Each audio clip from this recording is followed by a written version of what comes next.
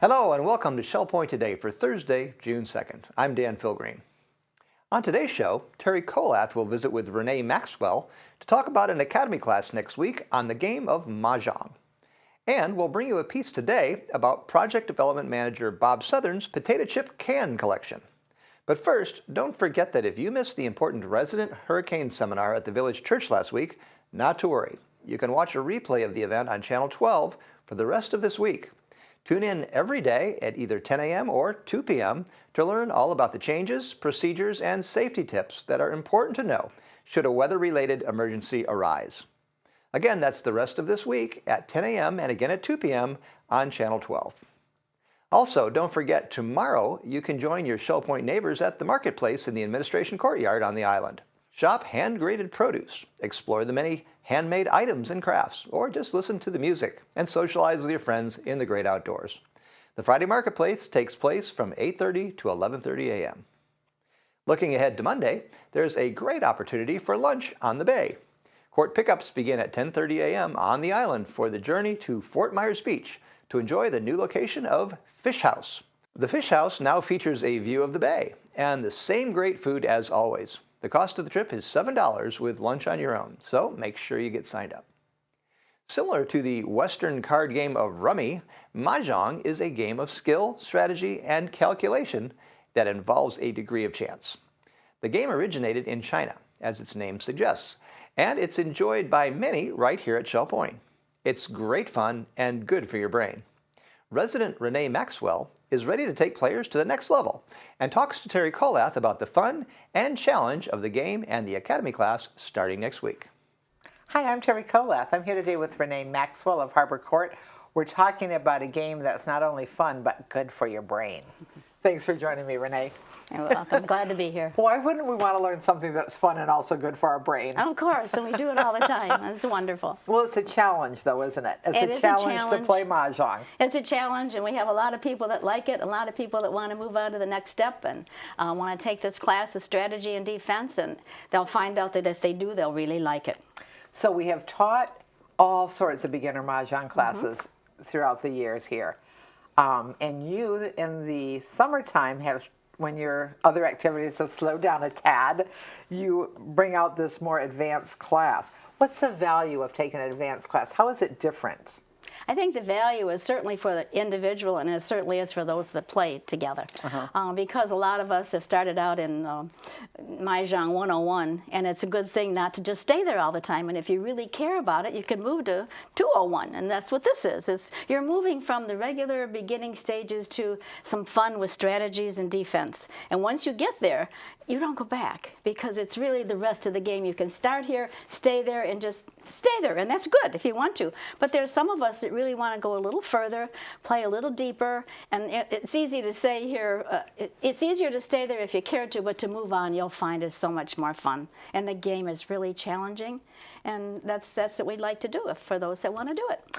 Well, we know from research, there's no doubt that learning new things is good for our brains. Learning new things is one of the best things we can do. But you're no longer learning new things if you've mastered the game. So this is a way to take your game to a higher level. It is. And not that it's not fun to play whatever level works for you. That's exactly right. But if you're looking for the opportunity to move to a more challenging level of play. How long have you played Mahjong? I've been playing about 20 years now. 20 years. I found it when I moved here 20 years ago. And I see the lady that taught me once in a while, and she says, I have invented a monster, you know. And I think that's what we say here, too, because a lot of us, and we all play on Mondays together and all that, and we encourage that. We encourage, I'd like to say that, is we love to play with all the people that play Mahjong. Sure, and to come to, all the levels, come and join. And then some play in their homes, and that's all good, too. But this class, I felt a couple of years ago would be fun, because I see people that are really ready to go a little deeper, you know, and to challenge themselves. And I love that you do it in the summertime, because in the summertime, when some of our activities slow down a little bit, it's wonderful to have that opportunity to really focus in with your time and learn. It is. Okay, so we learn this. We move to the next level. Do we have opportunities to keep playing at Shell Point? We do. Certainly we have people that play in their own homes. Some of us have a game on a certain day. And then those of us that care to on Monday, when I always encourage people to come to our Monday one in the Sable Room, because that's where we all get to meet each other. And you're with different people, you know, and not just people that are live in your building. It's meeting everyone that's playing. Just sit anywhere, and that's what I like. And that's what this is. So we encourage people to come on Monday. There's certain tables of people that just like to stay there and like to play the game there, and some that like to move on a little bit. And I looked around just the other day when I was there, and almost everybody that has taken the class is over here now, you know, and they talk about it, and they say, yeah, you really need to do that, because it's not just some people will say in the game, if you know, just simply if you know the game is, oh, you just can't win if you don't get jokers or you don't do this, but you can when you know the strategies, you know, and that's the fun part, you know, is knowing some of the strategies that you can do to do that. There's a lot of luck, but there's also strategies to get to it, and that's what's fun. That is fun. Well, thank you for not only everything that you do at Shell Point, but for Mahjong, for making sure that there's that opportunity to play a game that you don't have to come with your own partner. You can come as a single person on your own, or you can come with a partner. And you can have a table and play Mahjong. It is, and all those choices are there, and that's what's so good about so many things here. You have choices, and some are partners, but here you can just come, and a lot of times when you're with people, they live alone or they're just new moving in, and you just say, come on, and they can. It's a place for them to come and start and get to meet people. It's good. There are so many, not just Mahjong, but there's so many things. But if you want to continue Mahjong, and I always use the word seasoned player. You know, if you're a seasoned player that has played for a couple years and play at least one or two times a week, come and join us in this class. If you're just a brand new beginner, probably not. You might get discouraged. Play for a while over here. You may want to stay there. If you want a little more challenge and a little more fun, meet new friends, come here. The class is fun, and we have a good time. And it certainly isn't a class of strength and work. You know, it's a class of challenging our mind as far as you want to take it. Fabulous. So we do have a couple of openings, and you are welcome to sign up at either service desk for Mahjong Part 2, Defense and Strategies. Thank you. All of our big construction projects at Shell Point happen under the careful supervision of Project Development Director Bob Southern. Bob has been overseeing construction at Shell Point for many years, so he has dealt with countless details on a dizzying array of buildings and other large projects here. In his spare time, Bob enjoys collecting various kinds of historical items and even has a room in his home dedicated to his collections. A while back, he took us on a little tour. One of his collections is of a long-gone bit of Americana, potato chip tins. I guess I was born with a collector's gene. It's something that collecting things has been in my blood since I was a little kid. I don't know where it came from, but if there was more than three of something, I wanted to have all three of them. Some things interest me because of their history or because of their graphics or their looks, and mainly we're here today to talk about my old potato chip tin collection. Potato chips have been part of my family since growing up in Baltimore, and there were certain varieties up there that everybody was interested in, and I guess like the old soda bottle collection that I have, part of it is just my love of the fact that there were so many small companies around the country making things and making sodas and chips and all kinds of things that were regional. And you know, nowadays you go into every 7-Eleven in the country and there are Lay's potato chips.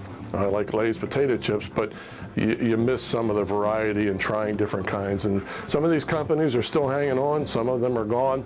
It's fun to try to do the research and locate the ones that are still around.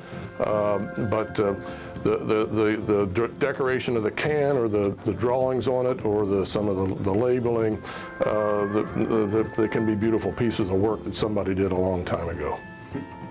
I have found them at antique stores and collectible stores across the country whenever I travel. More recently, I guess like so many, you find them on eBay, and you can find a lot of them categorized, so they're easy to locate. Before, it was just hit or miss whether a store would happen to have one, and whether it was one you didn't have, and whether you could get it home or not. Some of the bigger ones were a little tough to get in the plane. So eBay probably had a lot to do with maybe doubling the size of the collection over the years. When I grew up in Baltimore, in the areas around Baltimore, Mrs. Irie's potato chips was actually made in Baltimore, and that was a big brand there, and had been made in that city for decades. But really, probably the big gun in Baltimore was Utz potato chips. It was actually made in Hanover, Pennsylvania, but it was very regional, several states in and around Pennsylvania, New Jersey, a little bit of New York and Maryland, and they were considered the best, and was actually voted the best in the country at one time back in the 80s, so yeah, that was the favorite. Some of them I like because of the graphics and because of the age, and obviously the style will tell you a little bit about the age and the materials and all to help you to date it. But they went to a lot of trouble to create designs and what they put on these things back then. But the Highland Potato Chip Company from Des Moines and Davenport, Iowa, haven't been able to find much out about them. Don't know if they're still around anymore, but obviously you can see a lot of work went into creating that design with the Highland theme. It's pretty neat. The Better Made Special, two gentlemen started a potato chip company because they felt like the country needed a better potato chip. And so they developed their chip and they marketed it because of the desire to have a better potato chip. Better Made Potato Chips was born. You'll notice several of them here were Mrs. Irie's, Mrs. Drinks, Mrs. Klein's. Apparently Mrs. were big into the potato chip realm back then, 20s and 30s. I think it was Mrs. Klein's actually got into the potato chip business because her husband was seriously injured in a head-on car accident and she needed to have a way to make a living, so she knew how to do this and started making potato chips.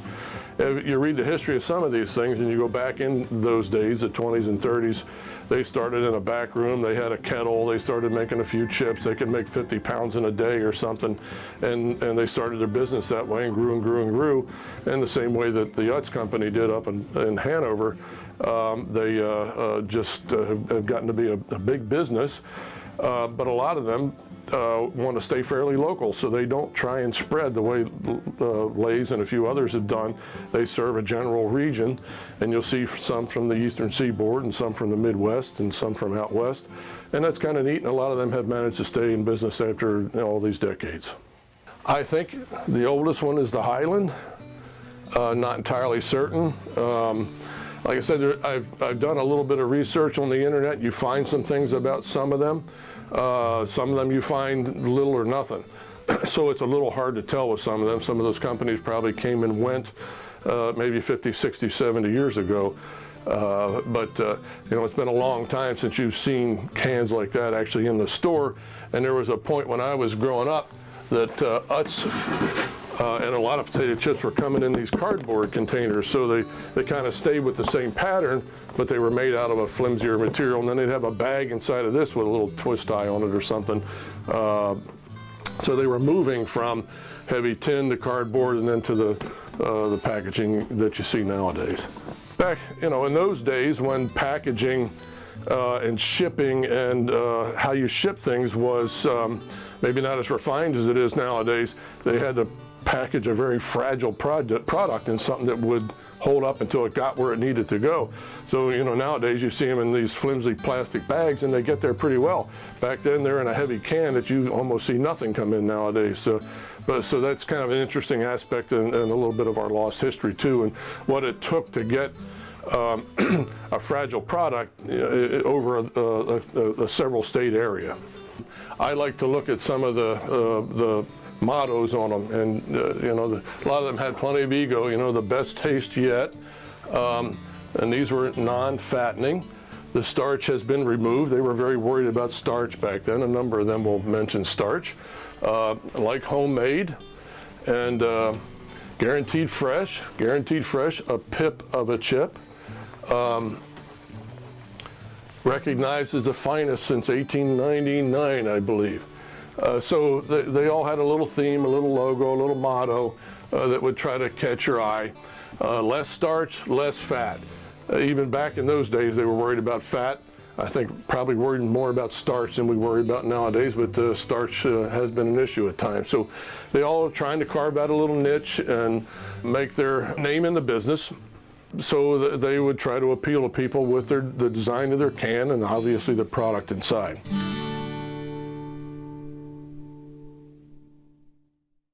It's time to cover all of today's happenings, menus, and Village Church connections. Hello, welcome to the Happenings segment of Shell Point TV. I'm Bev Chandley. And I'm Caitlin Van Scoy. And we're going to tell you about the activities we offer for you here today at Shell Point. We're going to start with the Health Connections class at 7:15. It's Bend, Breathe, and Balance down in the Tarpon Room. At 8 o'clock, the Men's Golf Association will be meeting at the Shell Point Golf Club. And we have Round Robin Doubles Tennis down at the Woodlands at 8 o'clock. Our Paddlers Club will be heading out from the kayak storage this morning at 8:30. And at 9:15, you'll have shuffleboard at the shuffleboard courts. Current Events Group will be in the game room of the Woodlands at 9:30. Also at 9:30, we have Ladies Match Play Tennis down at the Woodlands. Our Susie Q heads to Run Runners today at 11 o'clock. Sign up is required. That's the morning. Here's Caitlin to tell you about the afternoon. Well, thank you, Bev. The afternoon starts with Mahjong at 12:45 in the Library Lounge. And at 1:15, there's a Health Connections class entitled Pain Management in the Social Center. That is sign-up required. Samba, the card game, will be available at 1:15 in the Resident Activity Center. And the Spot Play Readers will be rehearsing at 1:15 in the Osprey Room. 1:45 is a time for fun and fitness in the community room of King's Crown. And the Stamp Ministry will be gathering in the Stamp Room at 2 o'clock. Osteo Break Free Session B will be held in the Tarpon Room at 2:45. And the Seamstress will be here at 4 o'clock for her weekly service in the Osprey Room. Alcoholics Anonymous will be meeting in the Sable Room at 4:30. And we move to 6:30 for Pinochle in the Library Lounge. We round out our Thursday with Trailblazers Bible Study at 7 o'clock in the game room of the Woodlands. Well, we're so happy that you joined us here today. We'll see you right back here tomorrow. Hi, I'm Terry Colath with your Academy information for Thursday. The Academy on the Go field trip to Florida Gulf Coast University for a campus tour begins with court pickup on the island at 7:15. At 4:30, we have the history of the United States to 1815, Session 1 in the Grand Cypress Room of the Woodlands, and you can sign up right at the door. Tomorrow, we have that Apple iPad, iPhone, Mac free walk-in clinic where you can ask all of your questions by bringing your own device. Menus for Thursday. In the Crystal Room, the Crystal Platter is chicken pot pie with cheddar biscuits and fried green beans. The dinner special is the Crystal Carving Board for $15.95. The soup of the day is beef rice. In the Island Cafe, the sandwich special is a fried flounder sandwich with coleslaw for $7.75. Dinner specials in the Palm Grill are ribeye with bacon and chive butter for $20.95 or tilapia Florentine for $17.95. All menus are available 24 hours a day at www.shellpoint.net. Welcome to Village Church Connections. I'm Don Pullen, the new associate pastor at the church. Several years ago, I had the opportunity to travel to Gabon, a country located in the western coast of Africa, right on the equator. I'd never been to Africa and frankly didn't have it on my bucket list of places I wanted to visit. You see, I grew up watching all those documentaries which portrayed Africa as the dark continent, full of hazards like lions and big snakes, King Kong, and unfriendly people. I didn't speak their language, was unfamiliar with their customs, and had no reason to consider visiting the second largest continent on the planet. But one day, as I was sitting in my office, the phone rang. It was a friend who was putting together a trip to Africa for a group of leaders from the United States. His reasoning was that if he could only get us there, we would get excited for the work that was being done and catch a vision for the opportunities still yet in the future. But this was Africa. So many unknowns, a place I'd never been before, all the stories. What would I eat? What would I drink? Where would I sleep? How hot would it be right on the equator? Would I catch something that might endanger my life? Who would take care of my family if something happened to me? What would you do if you were in my shoes? The fear of the unknown is a clear and present danger to many today. Don't you agree? It's not too difficult to make a significant list of things that we're fearful of. Our children, grandchildren, and great-grandchildren might top our lists.